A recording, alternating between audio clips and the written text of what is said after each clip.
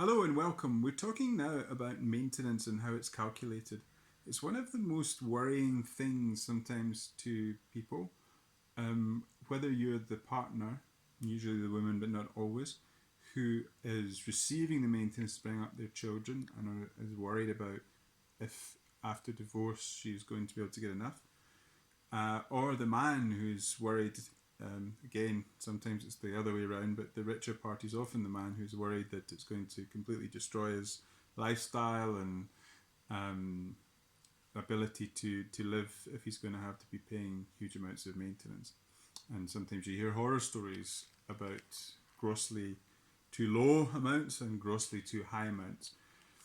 And usually that's because people have started very ignorant, and maybe they haven't been an attorney, and so strange things can then happen.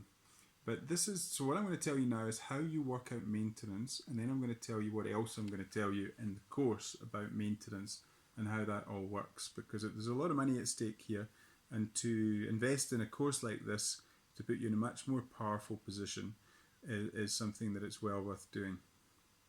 Okay, so how do you basically work out maintenance? Basically, what you do is you take what the child's requirements are first. So that's what you do. You add up what does the child need? The child needs food. The child needs nappies. The child needs to go to school. And generally, if the incomes are still roughly the same, the child will go to the same school or a similar level of school. So everything is kept relatively similar. It doesn't hugely increase, it doesn't hugely decrease, unless there's a very good reason for that. So the health of the child in the same medical aid or a similar level of medical aid should be what happens. Now there's going to be two houses instead of one, so the cost of that house is also going to be added in a certain formula as to who pays what, which we'll tell you more about later, will be added to that maintenance bill, right? So once you've got what the child's normal living expenses are, and if there's more than one child, obviously you multiply that by however many children there are, and you divide it by the incomes of the parties. So say you've got one person in the relationship that earns 75,000 rand a month, and the other person earns 25,000 a month, then the first person will pay 3/4 of the expenses of the child, and the second person will pay 25% of the expenses of the child. Now, there's all kinds of kind of ins and outs to how this works, and I'll discuss these on the course. But mostly that is how it works. So, what else will we learn in the course about maintenance? Well, first of all, we'll give you a lot of worked examples so that you can find your circumstances in there and you can know what applies to you. So there'll be calculations that will actually be done that you can see. We can see what happens if the pair has no income. So the person that's paying the maintenance has suddenly got no income, but they've got assets. What happens then? So if the pair has suddenly stopped working, for example, and what happens then if they just kind of chill and don't work? What happens if the receiver of the maintenance, usually the woman, but what happens if the receiver of the maintenance marries somebody else, really rich, like Angelina Jolie has just done at the time of writing?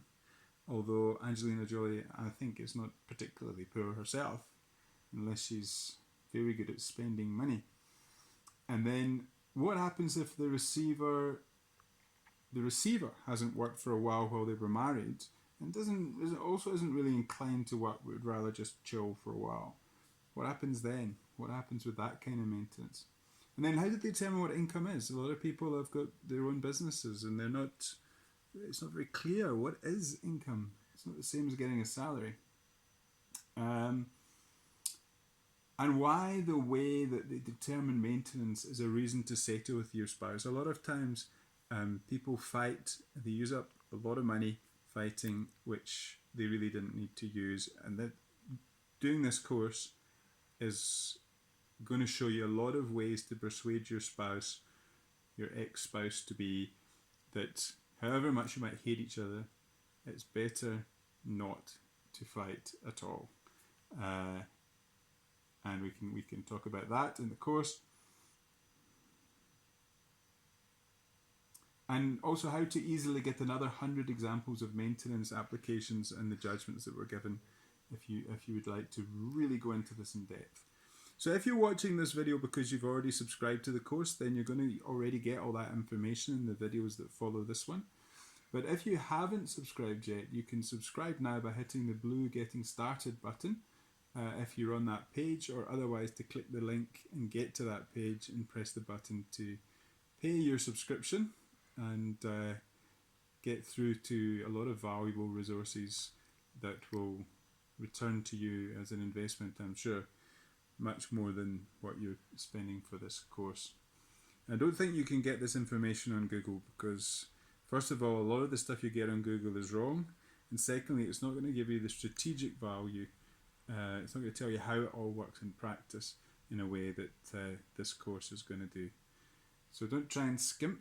It will probably be a bad, it will probably not repay you in the end to do that. So hopefully I'll see you on the course and be able to explain a lot more to you about how this whole area works.